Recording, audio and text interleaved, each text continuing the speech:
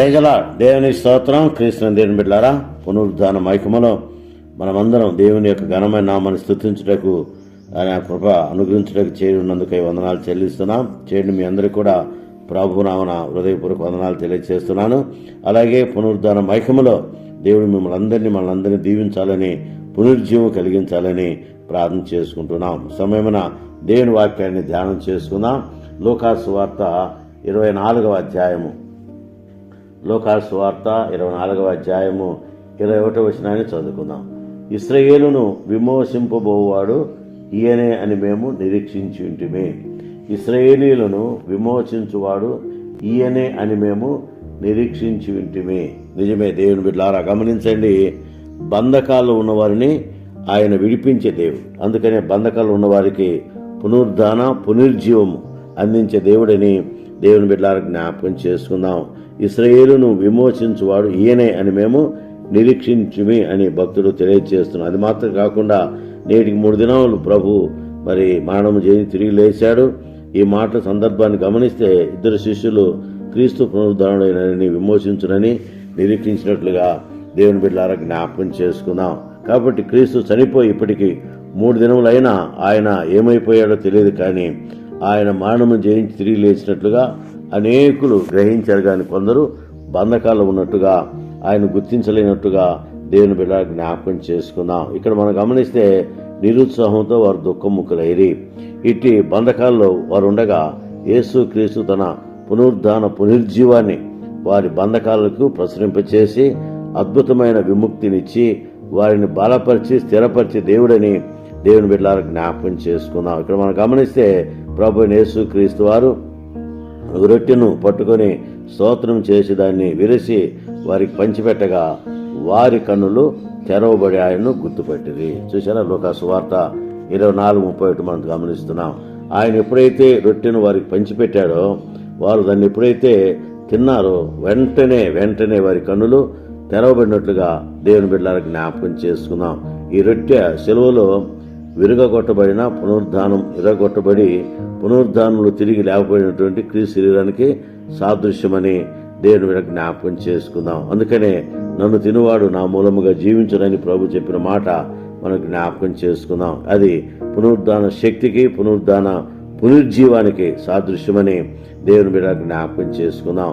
ఆ రొట్టె వారు తీసుకొనగానే పునరుద్ధాన శక్తి వారిలోనికి ప్రసరించి వారి బంధకాలన్నీ త్రుంచివేసి అద్భుతమైన పునర్జీవాన్ని వారికి ప్రసాదించినట్లుగా దేవుని బిడ్డలారా జ్ఞాపకం చేసుకుందాం. అంత మాత్రమే కాదు, వారి కన్నులు తెరవబడ్డాయి. ఆత్మీయ కన్నులు తెరవబడ్డాయి. పిమ్మట పునరుద్ధాన క్రీస్తును గుర్తుపెట్టి పునర్జీవాన్ని వారు ఆస్వాదించినట్లుగా దేవుని బిడ్డలారా జ్ఞాపకం చేసుకుందాం. ఎందుకంటే పునరుద్ధాన మైకములో దేవుడు వారిని ఆశీర్వదించాడు. అంత మాత్రమే కాదు, బంధకాలు విడిపించారు. సాతాను బంధకాల నుంచి దేవుడు వారిని విడిపించినట్లుగా దేవుని బిడ్డలారా జ్ఞాపకం చేసుకుందాం. క్రీస్తుని దేవుని బిడ్డలారా గమనించండి. ప్రస్తుతంలో మనం ఎలాంటి బంధకములు ఉన్నా ఆశ్చర్యపడాల్సిన అవసరం లేదు. ఆయన విడిపించే దేవుడు. ఆత్మీయ బంధకమా, సమస్యల బంధకమా, అనారోగ్యాల బంధకమా, ఆర్థిక బంధకమా, పాప బంధకమా, ఏ బంధకములో ఉన్నా పునరుద్ధానుడైన క్రీస్తు నీతోనే ఉన్నాడని, నిన్ను పునరుజ్జింప చేయుటకే ఆయన మరణము చేసి తిరిగి లేచాడని మనము నమ్మాలి. నమ్మితే నమ్మువారికి సమస్తము సాధ్యమే. అలాగే శిష్యులతో ప్రభు ఆనాడు నడిచినట్లు ఈరోజు నీతో కూడా ప్రభు నడుస్తాడు, నీతో ప్రభు ఉంటాడు, నీతో ప్రభు కార్యాలు జరిగిస్తాడు, నీతో ప్రభు తన శ్రేష్టమైన కృప ఆయన పంచుకుంటాడన్న విషయాన్ని దేవుని బిడ్డ జ్ఞాపకం చేసుకుందాం.